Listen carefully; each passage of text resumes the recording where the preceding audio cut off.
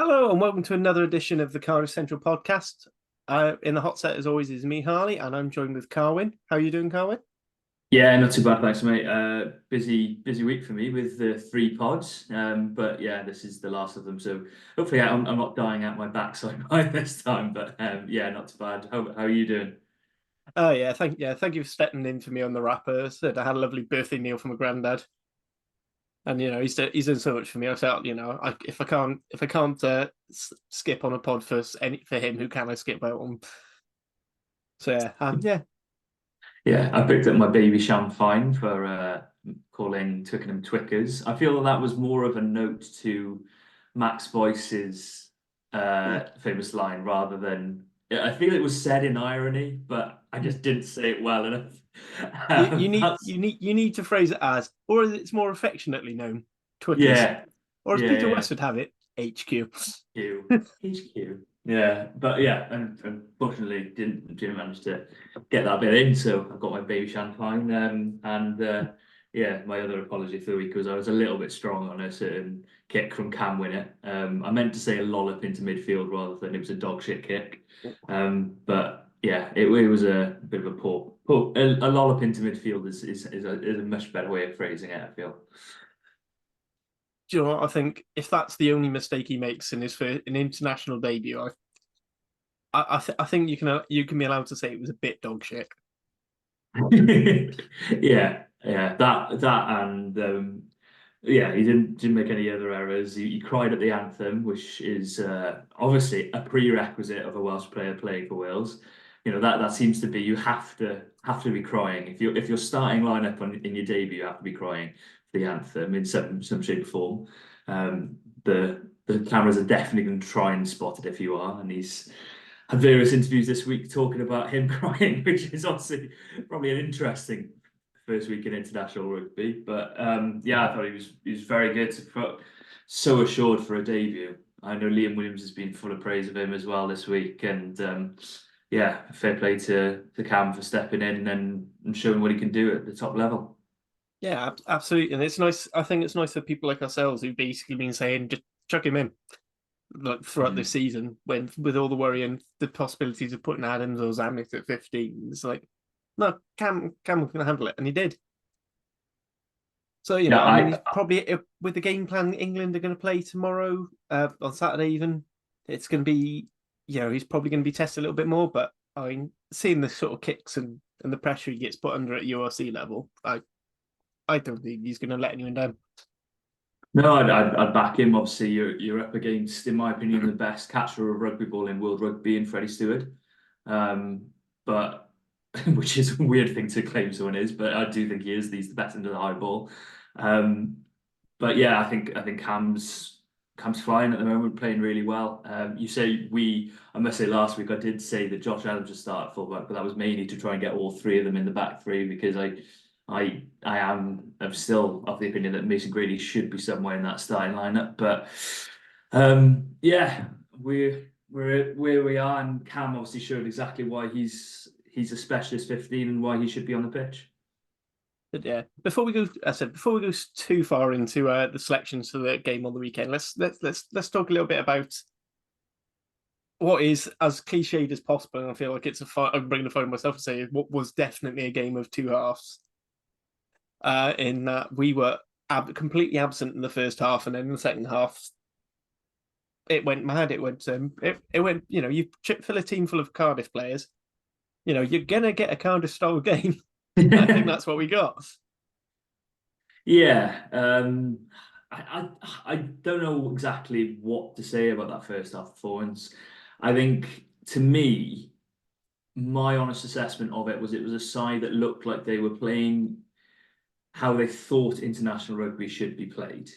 I don't know how else to explain it other than the Sam Costello kicking game that I've got a bone to pick with this throwing the ball back 15 yards for someone in the pocket to kick it up in the air because it's lived there for years, constantly be called offside for it because your forwards then automatically start advancing before your level chaser, which is normally your winger, has put them on side, and that is a such an easy penalty to give away. That was the first bit, is the kicking game. A couple of really poor kicks from Gareth Davis, Cam, as we mentioned earlier, early in the first half. But then the line out was the other one. Those two, the line out for Wales for the past, I want to say 20 years, but probably more, since one man Wyatt probably, has been an inconsistent issue, that Wales relies so much on the line out for good attacking phase play, and getting over the gain line, and it just wasn't working. And then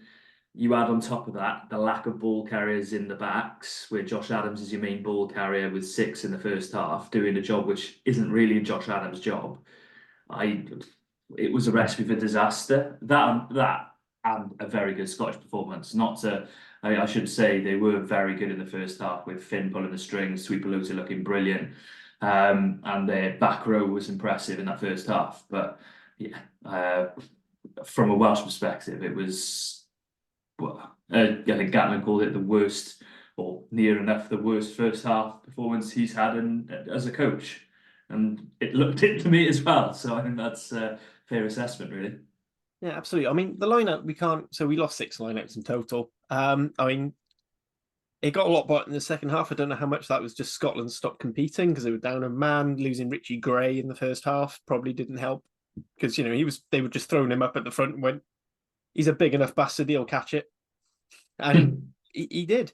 I mean, we didn't help ourselves, because even when there was a contested lineup, you see like the lifts weren't quite getting there. Like I know Ryan Elias got a lot of flack, but looking at it, you could see Wainwright's just not getting up as high as he should be, or he's just that little bit too slow. It looked like there was an issue with the back lifter, which got a lot better in the second half with Azarati coming on. And make of that what you will. But it seemed like and everything seemed a little bit too slow, and you can extend that to the rest of the pitch. Even when it came to trying to execute a move, it was just a little bit too slow. By the time we were throwing the ball back to Costello, who yes was too deep, particularly at the speed we were playing. Like, if you're whizzing that pass out before the defence is set, then you are probably going to get a chance. But then the kicks were a bit too long, so it was easy. So by the time Dyer got to the catcher, it had already been passed to Russell, who could dink it down. And, and that led to that 50-22, where Josh Adams had a very rare moment of madness. I mean, to be honest, he's on one leg as well, which I imagine that's I bet somewhere in his mind there's a rancor and he's just pissed off. Everything's going wrong. Well, there was that bizarre situation. I don't know how much you knew about it, but obviously in the media we knew about it a bit more. That an hour before kickoff, there was set to be a team update from the WI. There had been rumours all day about Tompkins and Josh Adams being out. And then there was set to be a team update an hour before kickoff.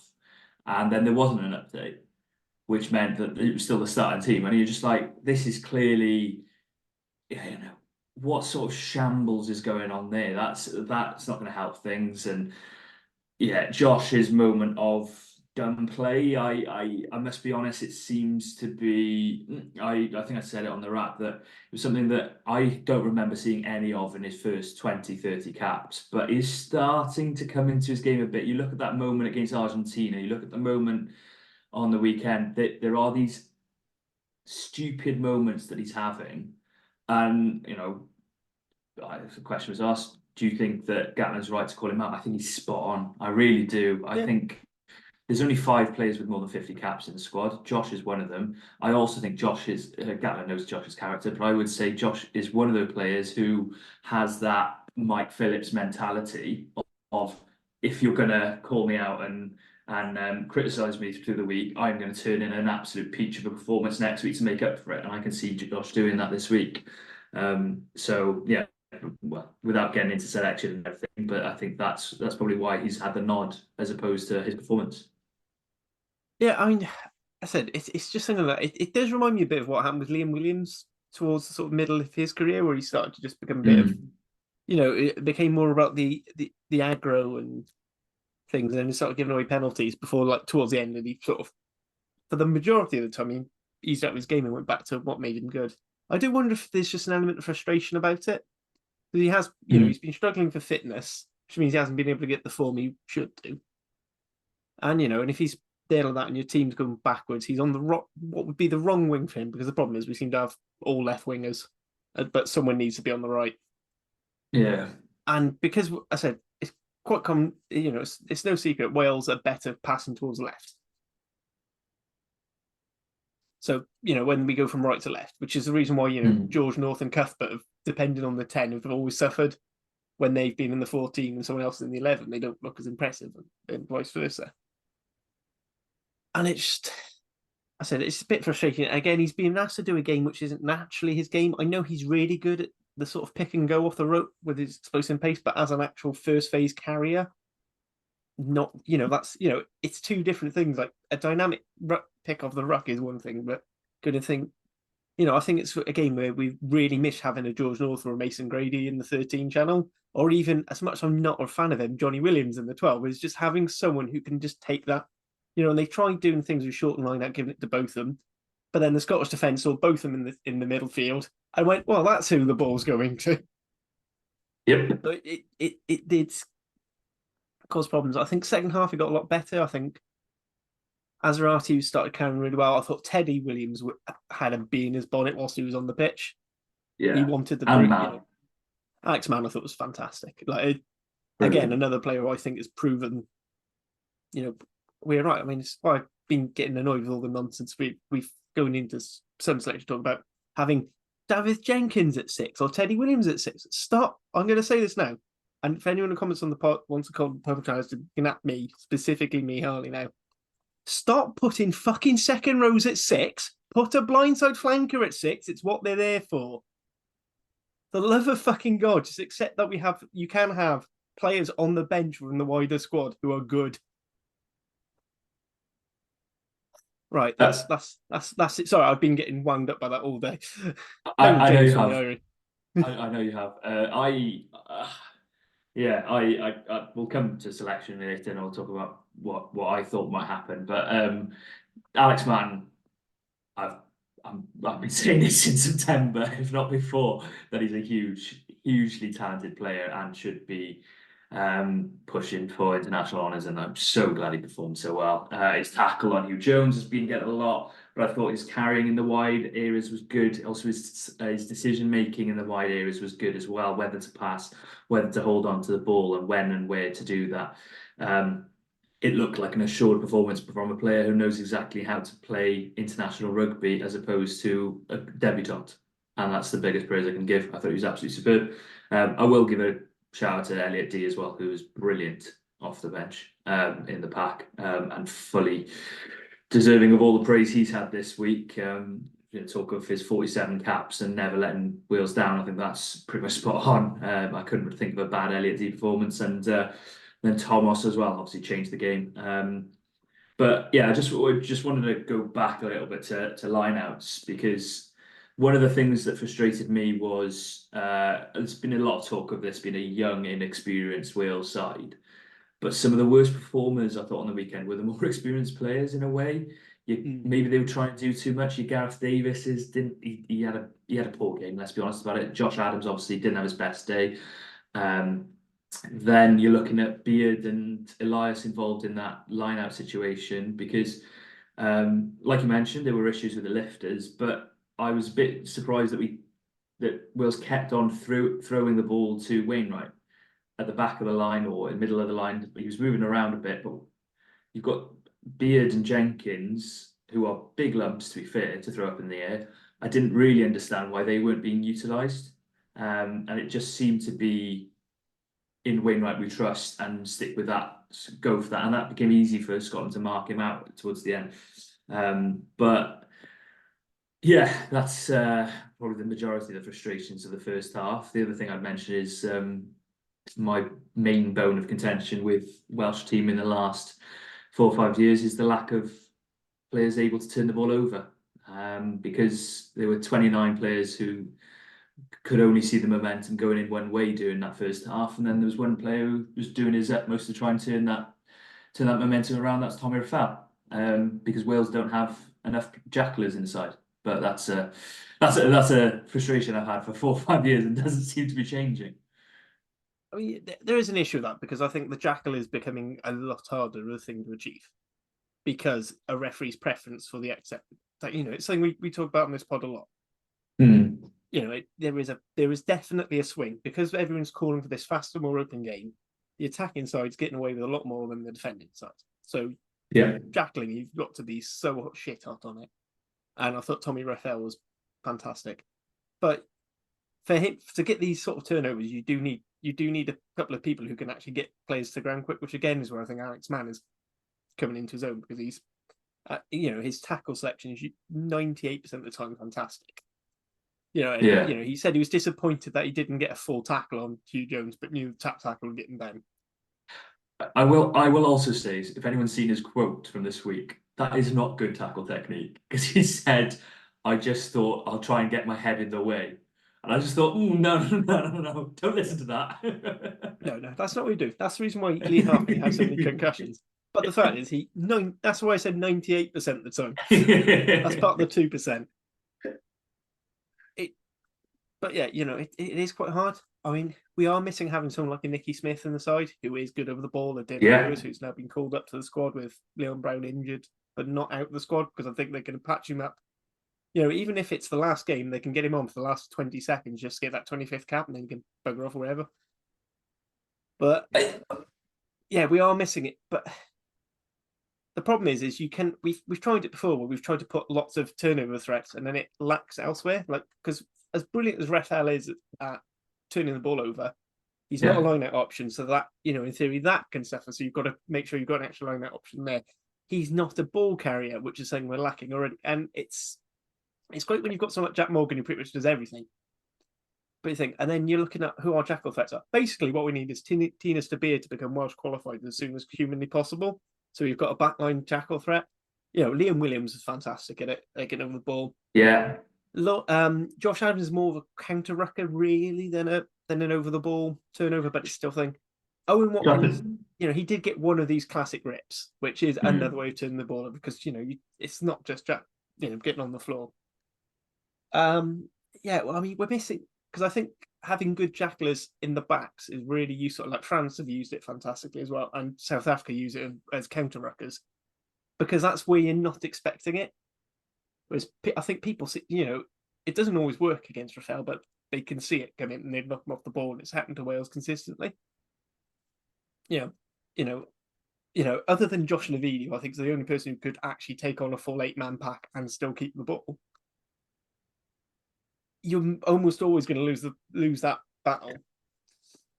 Yeah, for me, it's just a thing of you need to have more players that. It's not necessarily picking players that are jackling threats. I'm not saying we should pick 2 7s. I'm not saying that at all. I've never been a huge fan of that since the days of Warburton Tipuric. Really, I thought it was the wrong decision in the World Cup against Argentina. But then I just feel, as you mentioned, there needs to be a bit more saying to players, step up and put a jackal in.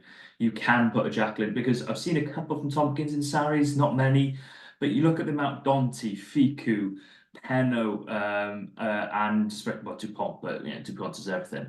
But they all step up with the occasional turnover, that French backline. And then you look at the Irish pack, for instance, Porter, Sheehan, McCarthy would do it, Kai Byrne does it. Then you've got your O'Mahony, Van der Fleer, Doris all stepping up with the occasional turnover, and they just add up.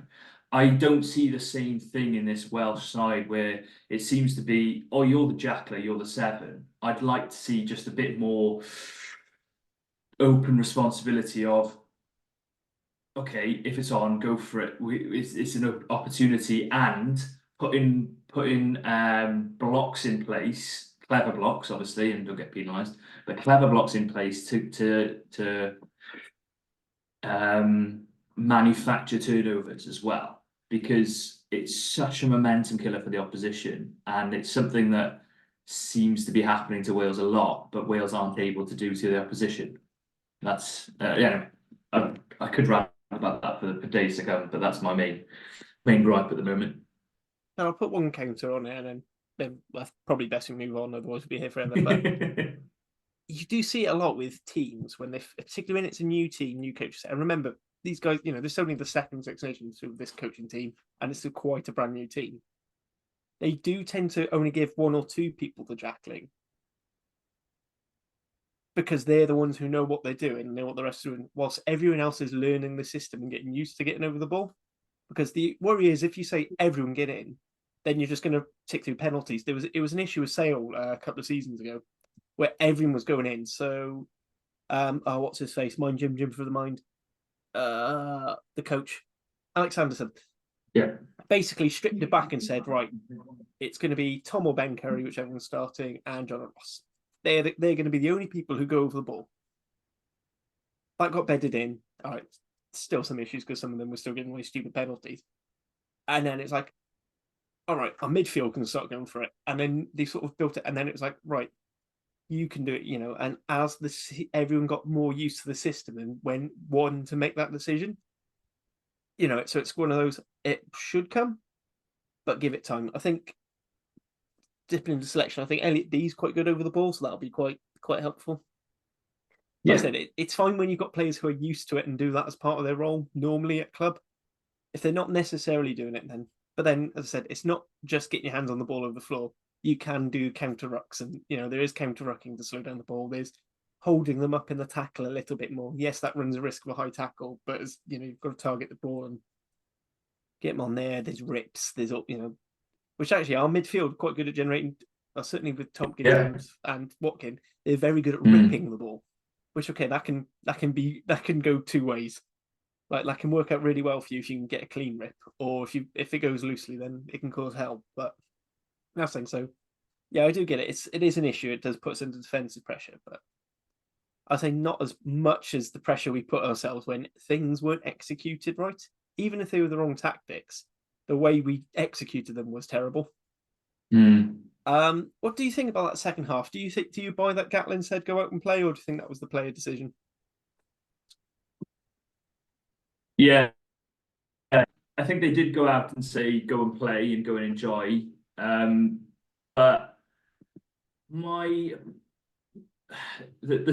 felt there was more intent at the start of the second half, and I think it all came from getting across the gain line. I do think the rugby is a simple game in that getting across the gain line is such a huge part, and is the main part, and is essentially. And Wainwright basically single-handedly at times stepped up and provided that go forward, be it from restarts. We were already getting 10 yards further forward from restarts than we had been, and I thought that added an increased element. Why Scotland kept kicking to Wainwright when he was carrying so well, I will never know. But I thought Scotland performed poorly in the second half as well. I thought their discipline was just bloody horrendous. And maybe Wales got the rubber of the green with penalties, with the momentum of they're the coming backside, just give them a bit. We've seen it in the URC year on year, this thing of maybe the underdogs getting the additional penalties in the second half when they're struggling and behind. But I thought Wales did at the same time put the opponents away. The driving maul, there were more smart things being done in the driving maul. We were, for one, Wales were actually taking the lineouts and making touch with kicks, so that helped. And then you've got the additional brilliance that was Thomas Williams. I thought Thomas Williams changed the game with his speed, with his decision making, and also then on top of that, his accuracy, precision with the pass over to Rio Dyer. That is Thomas Williams to a T. The game suited him, it opened up, and then he partnered with Johan Lloyd, who was able to do the same. Yeah, I mean, I saw a couple of comments basically about Thomas Williams even having his perfect game because he was able to play 9 and 10 simultaneously, and Johan Lloyd was just sort of there more as almost an extra centre really, and chipping the ball on as needed. I think a lot of the play was dictated by Thomas. And it's the sort of game that suits him best. If you keep it loose and frenetic, he's going to have a field day, particularly if we can be punching holes. I thought we haven't really given enough praise for Domachowski for the full 80. Yeah. We can make all the things we can say about Kemsley Mathias, but I thought he was going well up until about the 75th minute. I think by then he, even no matter how chunky you think Mathias has been, I think Domachowski was out on his ass. Like he gave everything. He was blowing a gasket, and I think that's really worrying sign for Helmsley, unless he's carrying a knock, that Gatland didn't trust him to play at all. I think it's a really worrying sign. And I know Nicky Smith's been in and out with fitness, but you can't tell me that Nicky Smith wouldn't have played. If he was fit, he'd have played 10 minutes at least at the end of that game because Gatton would trust him. But yeah, I don't know what that was all about. But on the flip side, Donchak was brilliant. Ball carrying, there was a clip of his late tackle, not late tackle, but a tackle late on in the game on Hugh Jones in the outside channels, which was brilliant. And yeah, I thought altogether,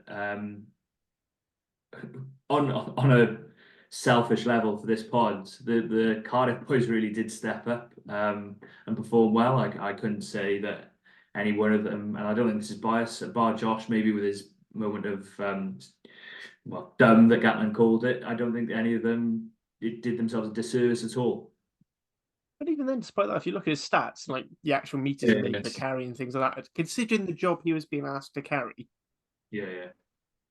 he did right. Weirdly, he made no tackles, according to the stats page on ESPN Scrum, which I don't think is right, and I feel like, but he didn't miss any, so it's like he didn't need to make any tackles. I don't know if that's because when Doohan did get the ball, it was in broken field in the middle, or Scotland just weren't going that way.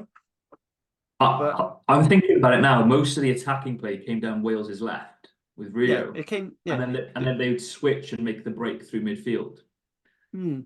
So I can't think of when Josh would have had an opportunity to make a tackle. I think he did. I think he did everything that was asked of him, and like when on the occasions when it went out, the kicks went to the right for cross kicks. They were just nowhere near him to chase. In fact, they were probably more Watkin or Tompkins' ball where it's put in. But then that's just going back to how inaccurate I think we were. Hugh Griffin made a point. He actually went and looked at basically where Costello was stood on all of these crossfield bomb things, and they were basically within inches of each other, which says to me, that was the plan. That's what they set up. My worry is they set up something that works well in training because you can do things very, very quickly. But I know from being the tackle bag holder on training runs, and because you're not going, you don't, when you're defending with the tackle bag, you can't put full speed in because you end up doing like 8-minute sets just holding this bloody bag. And and you're usually half numbers, so you've got to be passive to just get round, and you're more a target for the attack to hit. And it was, and you can be that bit deeper, you can do these things because you've got more time. And I do wonder if that was part of the issue, is they've sort of said, "Oh, this works in training," when actually what you really need to be is that ball needs to be whipped out from the ruck as soon as it can, hoofed, and it needs to be enough time for your chasers to get there. But which obviously, if they have to stand that bit further back, because Costello's that bit further back, it takes even longer to get there, and then the opposition have more time to set up their blockers and stuff. I understand kicking game. I've got an issue with the kicking game because if you're not getting go forward, which Wales weren't, crossing the game line, which Wales weren't, you're going to need to kick to gain territory. But there was one that was second phase off a line out, and I was just like, oh, hold on a sec, I've seen this pitch before, and this was against Georgia at home.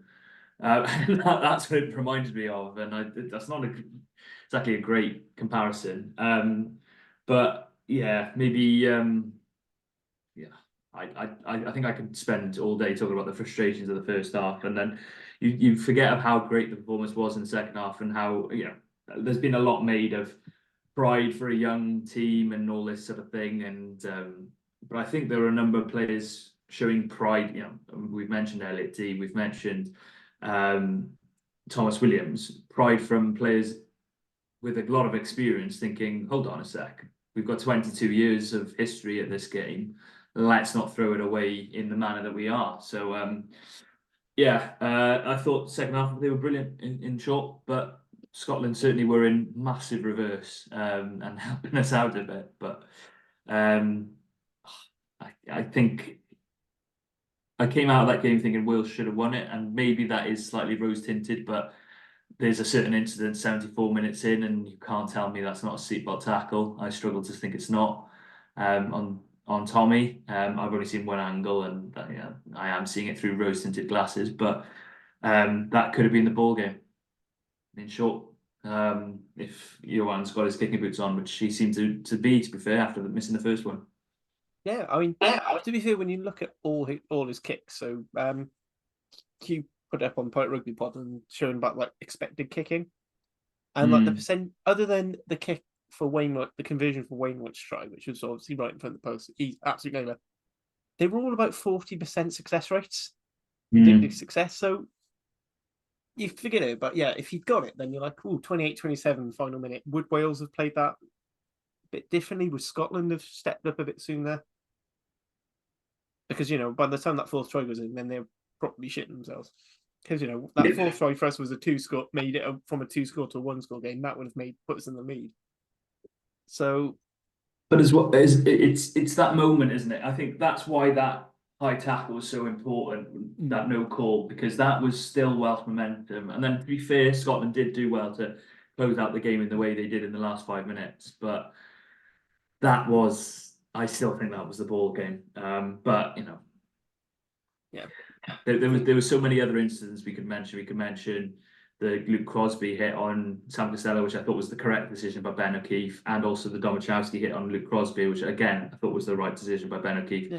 So, if we go, so obviously with Domachowski, there's the whole thing with the first couple of minutes he goes down injured. Basically, he just gets his head in the wrong place on the tackle. Yeah, he caught. Was it Jamie Ritchie's hip? What to say? Yeah, something like that, head on hip. So obviously, a lot of people saying he shouldn't be playing. He should be off for HIA. I've heard that from. I mean, the person I heard that from, I think, is more because he wanted his boy to be on the pitch. But I mean, we've got independent doctors, we've got team doctors. If they're not calling it, then I think we've just got to accept. Not every time you hit your head is going to be a concussion. I think we should be erring on the side of caution a lot more, admittedly. But I feel like if this is the way these guys, they're the ones with the data. I think now they've got the impact mouth guards as well. I don't know how effective they are. I haven't looked at the actual research itself. And that's the sort of shit I do look at. But at the same time, I feel like it's something that I almost feel we've gotten to a point now as a society, actually, which this is going to be a huge tangent, so please, just skip forward 20 seconds or so. We're starting to lose faith and trust in like scientists and medical professionals, and it's like, through the whole pandemic, it's like, look, this is their job. They know what they're doing. Let's just trust them for now. If it turns out they were wrong, then fine. But I certainly don't know any better. And it's all well and good. So some other members of this podcast who've said, "Oh no, no, it's my rule, so we should definitely do it." It's like, but no, you don't know.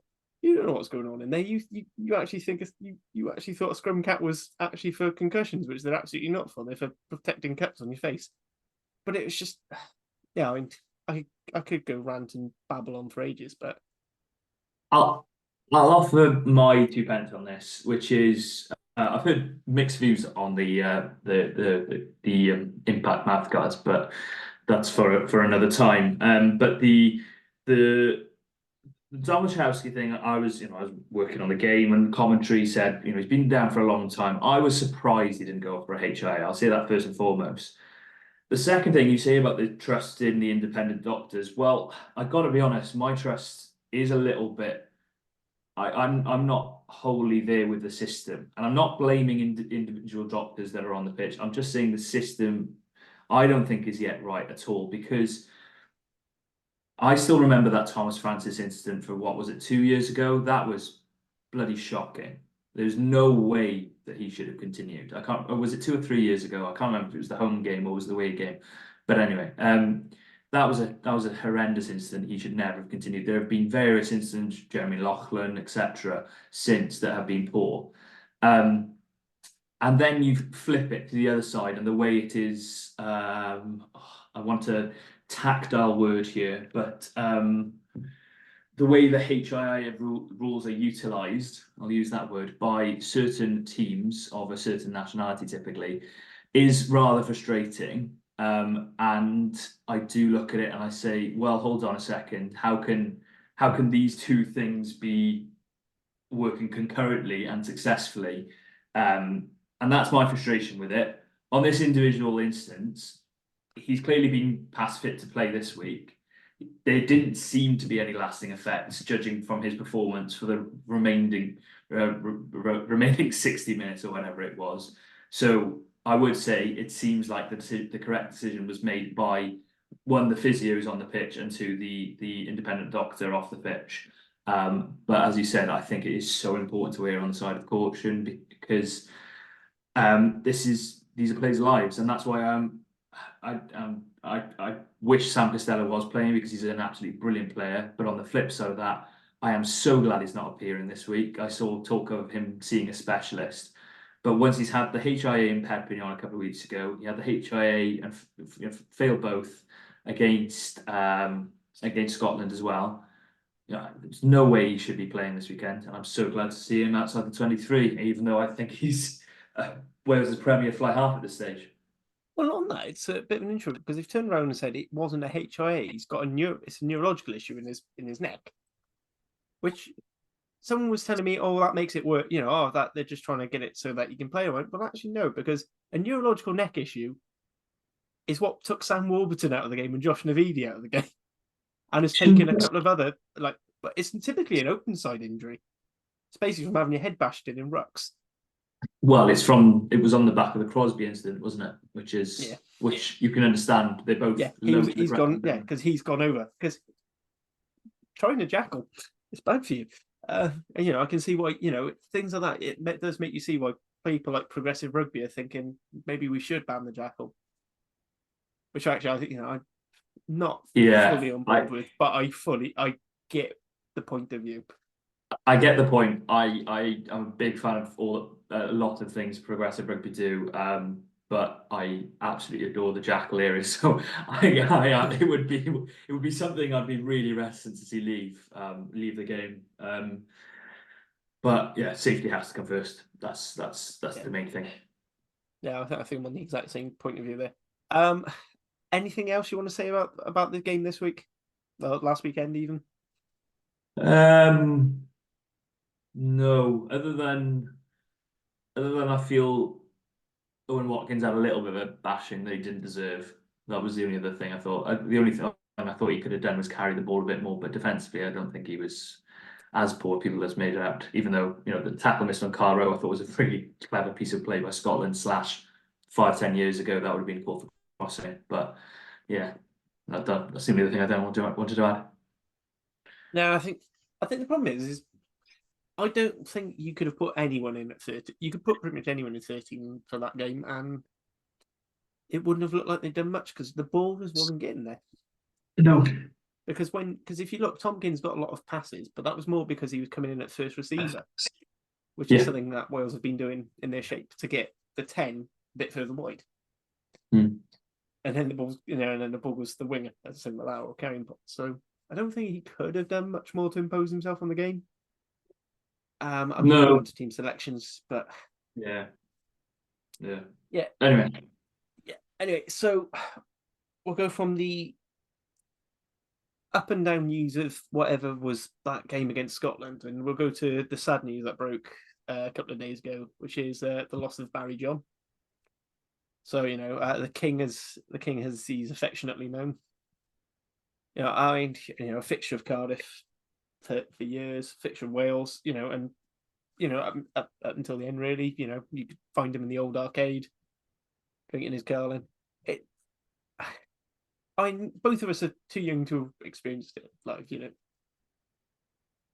Basically, I was alive during the 90s and Wales being a bit meh, and then I came in and I didn't start following rugby properly until about the 2005 Grand Slam, because Glory supported me. But all people I knew, everyone I knew growing up, it was always about Barry John.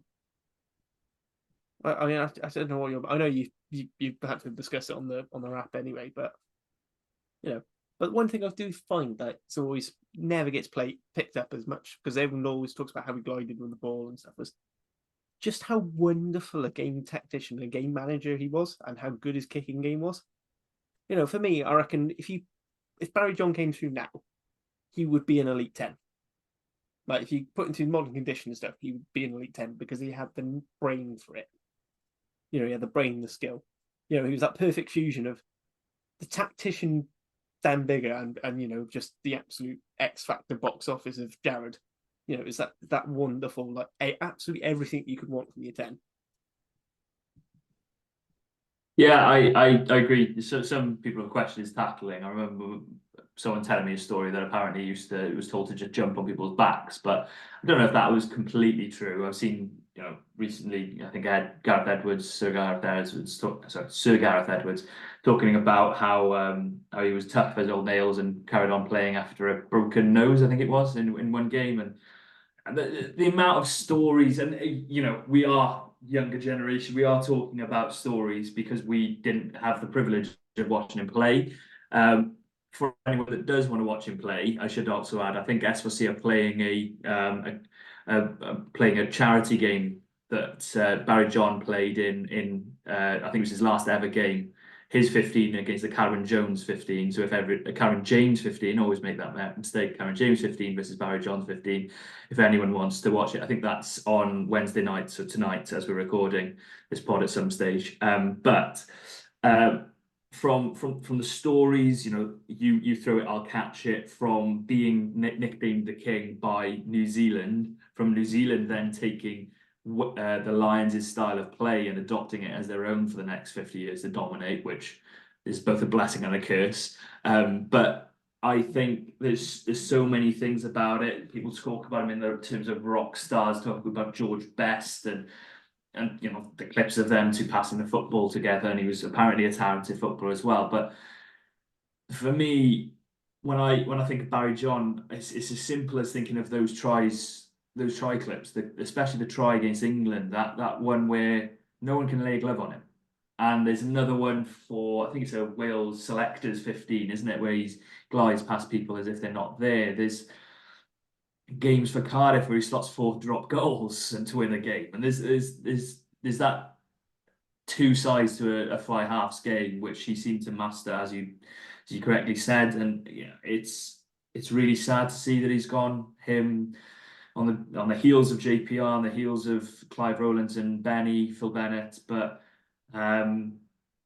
we are talking about some of the best players that have played of all time, and that's whether you're Cardiff fan or whether you're a Waikato or Chiefs fan, you're going to think that Barry John was one of the best players that have ever lived, and that is as a glowing sentiment as you can say.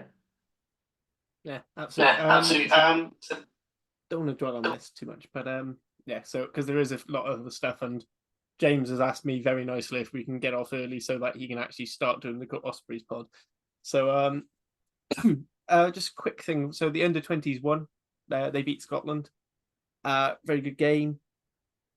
So yeah, bonus point victory if I remember rightly. I thought Lucas De La Rua looked.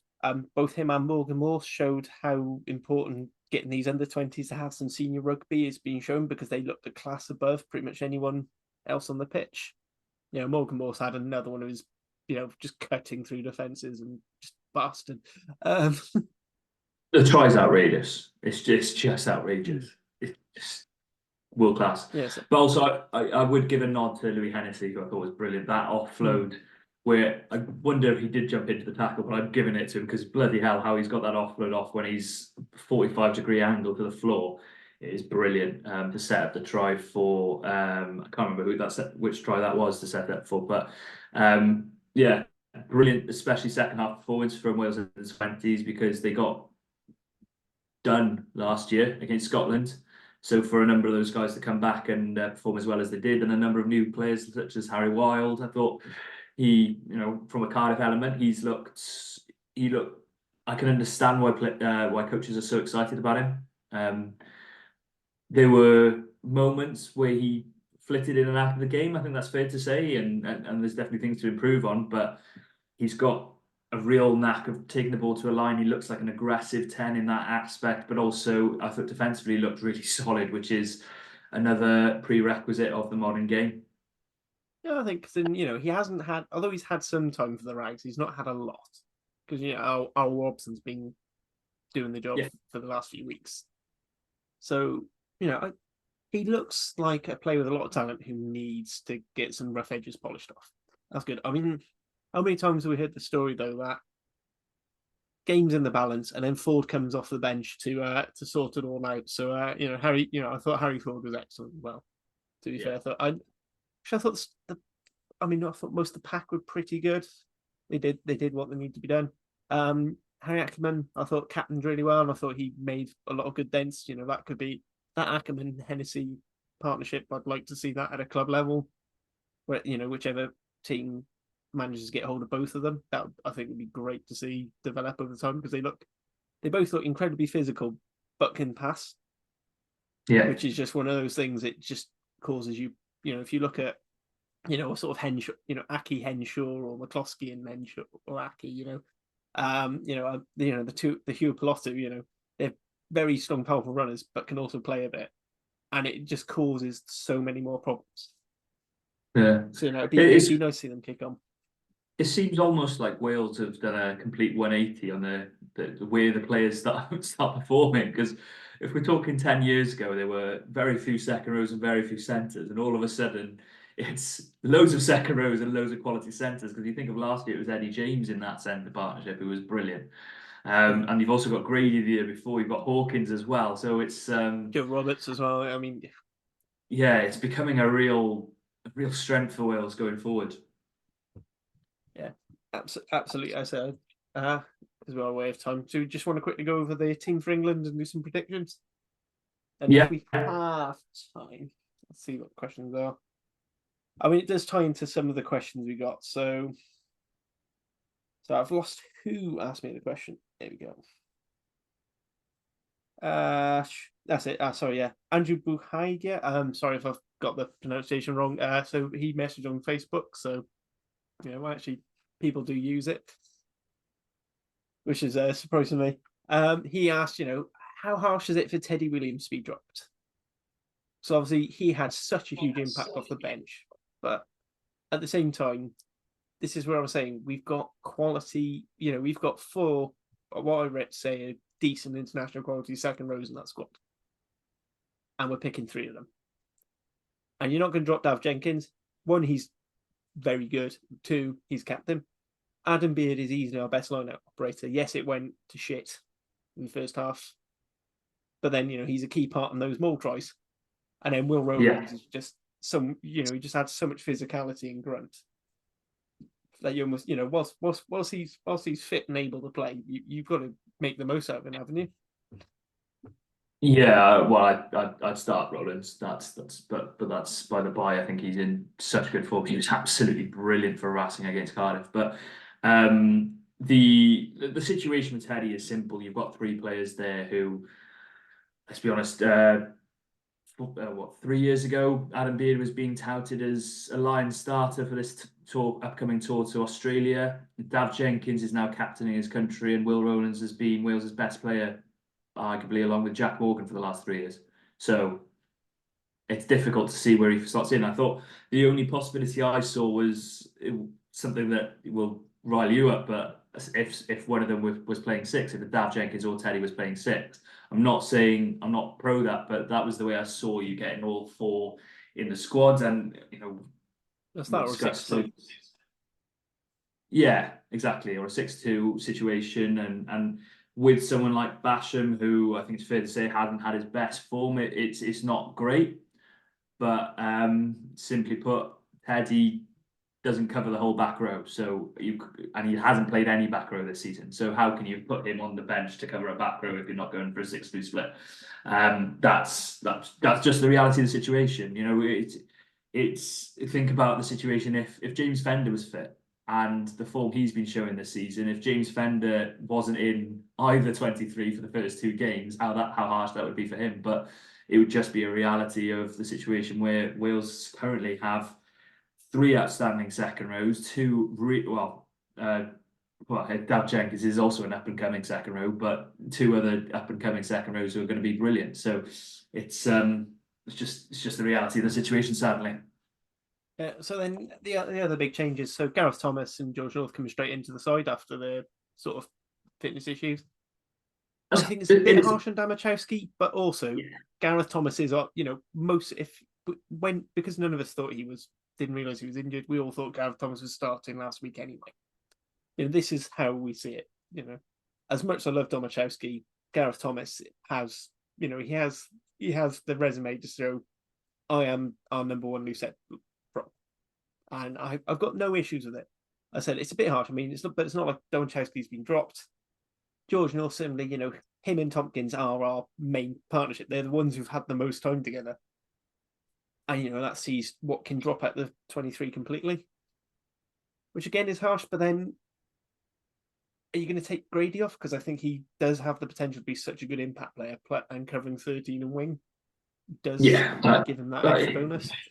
Well, he's got to be in the 23. So, as harsh as it is for Watkin, as I mentioned earlier on, that's again a reality of the situation. You've got a strength in the centres, which is where we are. Yeah. And then the other changes, Elliot D coming in for Elias. I think that's fair. I think Azarati coming in, Brown's obviously taking a knock, so he's come in to start, which I personally thought he should have started last week, and I don't mean that disparagingly. I just mean that on the evidence of how much rugby the three fighters have played this season. Hazarati, has played so much rugby compared to the other two, probably more, almost as much, if not more, than the other two combined. Which I'd say easily. Yeah, so I don't really see how you don't start him. And then Alex Mann obviously in for the injured Jim Botham, which if no one's caught the news, obviously Jim sadly picked up an injury in the game against Scotland, and he's out for the rest of the tournament. Has that been confirmed? Just to double check. He's been released from the squad, and they've called up Seb Davis. And Seb Davis is the reason why I'm getting so pissed off with them trying to put second rows at 6. Because he got fucked about with so much. He basically just sort of stalled him as a player. He had the potential to become an absolutely wonderful loose head lock. Lineout caller, dynamic, wonderful hands. I would like him to, he's started to temper his aggression now into the right way. I'd like him to be a little bit more aggressive in contact and in tackle, which he's getting there. But, I felt he got dipped around with so much that it's just like, can we just let second rows develop? As you alluded to, we've been struggling for second rows for so long, particularly this hard-nosed, the hard-nosed one. We produce wonderful athletic locks, but trying to find ones who will just get through a shit ton of grunt work. It's been something like, it's great that Teddy Williams and James Fender have come through at once. Reece Davis, I think, as well. Fits that Bradley Davis, Jake Bull mold as well. But then it's nice that Teddy Williams also has wonderful, skillful hands and, is actually a decent line-out option in his own right. That's my book. Then the other things, obviously, Yohan Lloyd and Thomas Williams start. So Costello's out. So Kai Evans comes onto the bench. But weirdly, Gareth Davis has been dropped entirely for Kieran Hardy. Now, the thing, my issue with this is, actually, for me, Hardy and Kai Evans, say it is as a halfback pairing, because I feel like if Winnett stays fit, he's going to play the full 80 at fullback. They are very similar players in that they are very kick. But there's not an inspiring choice.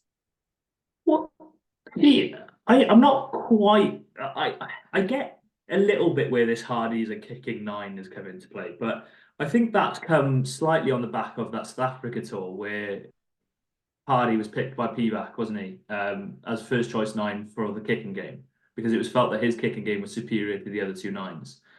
Personally, I think the 9 with the best kicking game we've seen this season has been Ruben Morgan-Williams, along with Ellis Bevan. Actually, I would give his kicking game a mention because it has been brilliant this season. But Hardy, to me, is not solely a kicking 9, but my main issue with him and Gareth is they are both so out of form, and they have been for weeks for the Scarlets. And it's not, Lee on the Scarlets pod mentioned that Gareth Davis had a couple of good performances this year, but they just happened to be against Cardiff in their 2 wins.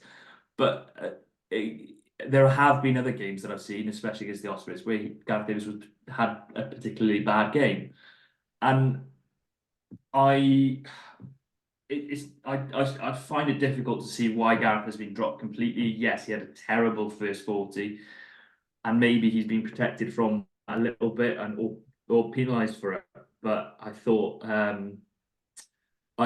I think I'd like to see his experience on the bench is probably my main feeling on that one, is because I think he's performed so well in the World Cup that he's not a rubbish player overnight. It's just a player out of form. And as I've said, like, no one particularly stood out. No one really covered themselves in glory in that first 40. Of course, he maybe was a victim of the game plan, but Thomas Williams came on and see. Well, I think that is what Thomas, and we've had it before when we've had Gareth Davies and Thomas Williams top in danger, and even when Hardy's in the mix, whoever comes off the bench always looks better. It's just what happens, and you get it with the tens as well. But I do think Kieran Hardy is out of the 3 scrum halves in the squad. He is the best box kicker anyway. I'd argue some of Thomas's attacking kicks are better than some of the tens in the squad. Particularly Dinks on the top. Don't start that. I'm not calling for your love of the Thomas the 10 engine. All I'm saying is, like, it depends what kind of kicks. But for the classic scrum half kicking, that's a box kicking, Hardy is the best. He gets, he's the most consistent with hang time and distance, which makes it a lot easier for your chase. But I think because you've got him and Kai Evans on the bench, it does suggest that they're planning to slow the game down. But then you look and you've got you've got Tane Basham as your back row cover, and Mason Grady as your outside back cover, and you're like, well, they're players who are there to speed things up. And it just, like, if you put Watkin in the 23 and maybe another big, and maybe then you go for, and you do the thing I hate with someone like Teddy Williams in the 20 jersey. That to me then says, yeah, we're basically going to go as fast as we can against England, and then we're going to try and slow and control the game afterwards. But then at the same time, it's also, who else do you pick? We don't have. I genuinely think that's the situation. I don't think there's.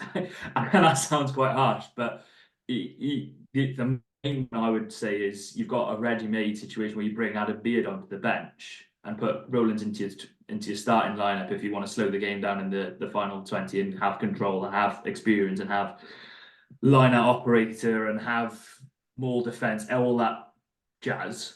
That's your go-to.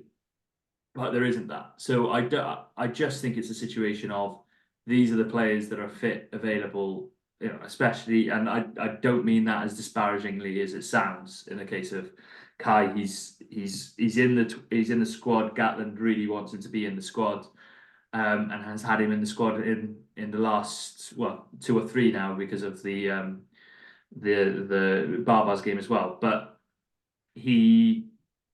it is a byproduct of Sam Costello being injured, and I don't think anything much more. Sam Costello's fit. Sam Costello starts. Johan Lloyd's on the bench. I agree with you there. I mean, one positive with Kai Evans is, if we've got penalties in that sort of 40-50 metre range and we just need to reel it in, you're giving it to him, because you can criticise many aspects of his game, but he is a phenomenal goal kicker. That's why he's been drawing a lot of Lee Halfpenny comparisons. Yeah. But I mean, to be honest, if you're that worried about goal kicking, just give it to Thomas. He did well enough against Connacht, which is the game coming up in it. Just previewing a game in 2 weeks' time. I'm not even going to go down there, because I feel I'm not like saying Thomas at 10. I'm saying Thomas as a goal kicker. There's nothing wrong with your 9 being a goal kicker. Do you know what, right? I mean, Canada women have their 8 as a goal kicker because she's phenomenal. I mean, she's Sophie de Goody, mine, so she can do whatever the fuck she wants. Yeah, that's completely different. Sophie de Goody's on a completely different level as, like, just a totemic figure in rugby, as she just does it all. Like, she's the true definition of a dynasty player. Yeah, well, that too. But the songs she does what it wants is dedicated to Sophie de Goody, or should be, because But I don't know how we've gone to Toby de Goody, but I'm glad we have, because how brilliant was she? I'll tell you one thing, because if you've got an opportunity to talk about how good Sophie de Goody is, you talk about how good Sophie de Goody is because she's that fucking good. Yeah, I mean, that Saracens yeah. pack full of all England and Wales internationals, and who's everyone talking about at the moment? Yeah. So I think. So how do you think the game's going to go? I can't imagine Borthwick doing too many changes to the team that beat Italy, and I imagine the game plan's going to be his game plan's going to be pretty much the same: aggressive defense, strong set piece, and he's just going to try and smother Wales. So how the question is now, how do we get around that? It's a difficult one, isn't it? Because yeah, the game plan is quite simple. It could be adapted slightly if Marcus is fit. I don't think he probably is. Genge is going to add another quality to the 23 if he starts or if he's on the bench. Lou said obviously he's a ball carrying machine and is brilliant at everything, or bar his mumbling on a certain recent documentary. But I I thought he think came out quite well in that documentary. Thank you. he, I he, like he the does two Welsh representatives. He's the only one who was supportive of the strike. he does come across well. He just mumbles. That's my main issue. It's a broadcasting issue as opposed to a human being issue. I think he comes across as a good human being, It's not but mumbling. just He's he just from mumbles. Bristol. My mum would say he mumbles. But the separate thing is, I think I looked at that England performance. I thought Itoje looked good, and when Itoje's good, that's a bad sign for everyone else because they do depend on him heavily for just creating absolute havoc and being a nuisance and a half. Ethan Root's playing well. That's surprising to someone who didn't quite see that potential in him. I must be honest, a year and a half ago. And then you've got Underhill and Ben Earl. Ben Earl's a brilliant player, but I don't think the rest of that back row is anything to fear for the Welsh back row. And I think if Tommy Raffel can get those turnovers in, I think that is going to be huge. It's whether Raffel can get those turnovers that can stop England's momentum at source in the pack.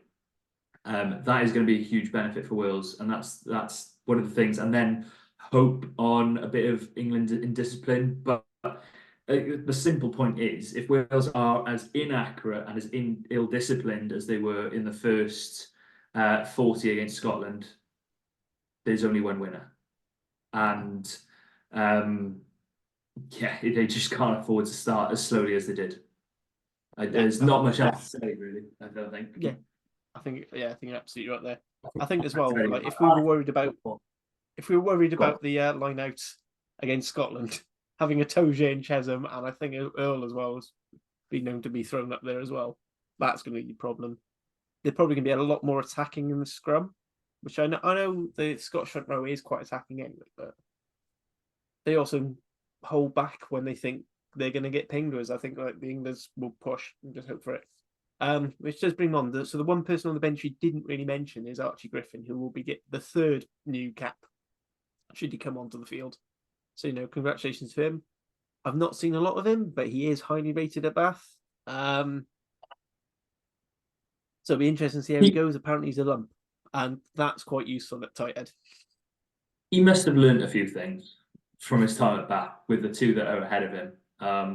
Yes, one happens to start for England, which is never quite what you want to see, but I think it's a good sign. I think it's a good sign for him for his future that he's having those two.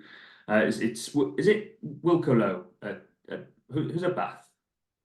Bath, so he would be behind Will Stewart, and it's Thomas Toy usually at tight. Thomas the Toy. I always mix up the Toy and Wilco Lowe, which is no. stupid. Wilco Lowe is currently playing for the Bulls, because if you remember a few pods ago, I basically declared my undying love for Wilco Lowe.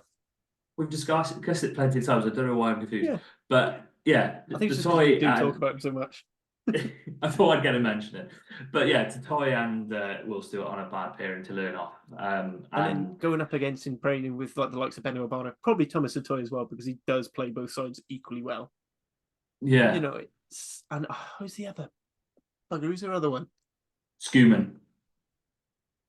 That's Edinburgh. No, there's another Scuman. Oh, there's. What? Don't lie to I'm me. pretty sure there's a Scuman at Bath, and now I've said it, I want to back myself up, so I'm gonna Google So it I quickly. suppose you've read that, but yeah. So I feel like yes, he's only third choice, but I think in a team like Bath, being third choice still says you're pretty decent. You're just not as good as the headline players. So good for him. He's going to have a big job coming off the bench as the full starting pack are going to be. Because let's be fair, England are going to want to put a marker down. It doesn't matter what Borthwick says about them trying to play. Everything we've seen suggests they still want to dominate, and they still want to be kicking well. So I think Carwyn is going to get a much sterner test as a Dyer and Adams. I think with our own kicking game, because we are going to have to kick. We've got to find ways of making Steward think we're kicking it in a different place than we are, or we're going to have to change how we kick. It can't be these crossfield bombs. I think it's going to have to be dinks over the top with this. They're going for an ultra aggressive with Felix Jones, the ex-Springbok coach. They're going for extra aggressiveness because they want to take out the decision makers early. So we either got to be incredibly accurate at getting our passing game and standing deep and getting around them, or we're going to have to try and slow that line speed by getting behind them. And, they don't really follow sweep because not many teams do have the 9 sweeper anymore. They're much more the Gareth Davis shootout or Thomas Williams, who acts as a third centre in the defensive line and almost organises and acts, is there to add physicality. So I think that's where it's going to go. A lot of people say we should play like we did in the second half against Scotland. I'm not sure, like, just throwing it with reckless abandon is going to work in the first, certainly not for the first 60. So I think, we do have to be not necessarily timid, but pragmatic. Go when it's on, but don't just go throwing the ball, going coast to coast willy-nilly and going backwards.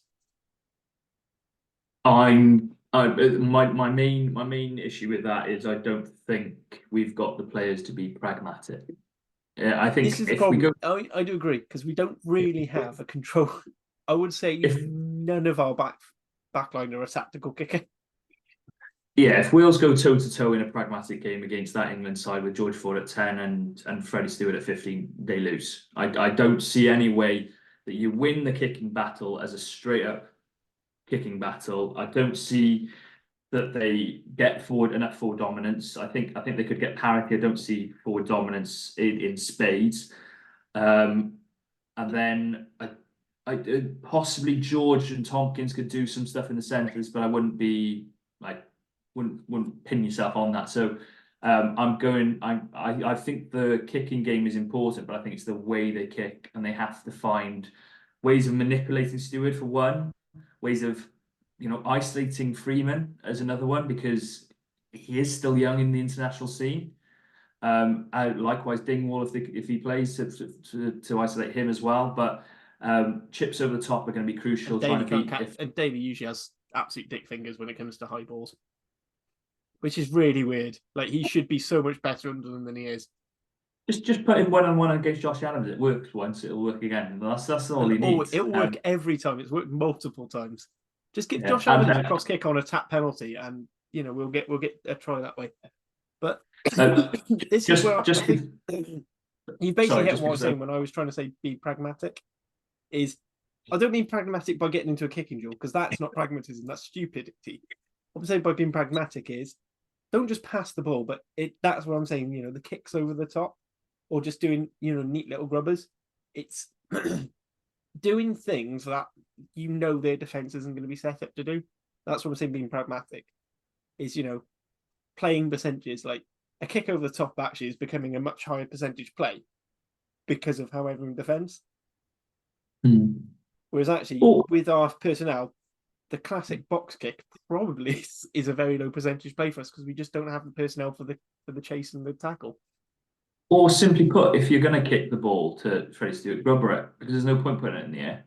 Like, that sounds a bit stupid, but it might cause a bit of, if it rains, it'll cause a bit of chaos. And that's just finding different ways to target him that is out of the ordinary. Yeah, I would say there was one caveat, but that was but we've got the wrong selection for it. If we had Mason Grady on the wing, this is where I will concede. then kick high balls to him all day because I'd back Mason Grady over Freddie Stewart. Oh no. Mate, they're the same height. Grady actually has pace. That's where I'm drawing it. And some of the high balls he's taken for Cardiff, I reckon at least becomes a 50-50 again. As opposed to, I think most people going up against Stewart is a 90-10 at best. I'm going to disagree because I think Freddie Stewart is the best catcher a rugby ball there's ever been. But that's a side note. Yeah, but I mean, I don't think the best has ever been. We're going to start the best playing now. Yeah, the best playing now, certainly. But we're going to start disagreeing right at the end of the pod where we've agreed for most things. And the second thing we're going to disagree on is Wan Schoeman does play for Bath. So there we go. Yeah. I don't believe. I think that's an NFT. That's not a real player, which has become the theme of the pod the last few months. Yeah. I think time is running short, so I'm going to quickly push you for prediction. I believe you said England by 6 on the wrap. Do you want to stick with it? No, I've said England by 3. I'm going to stick to it. I don't want to. I think Wales can win, but I favour England. Well, we're back to harmony on the pod because I'd say England by about 3 as well. There we go.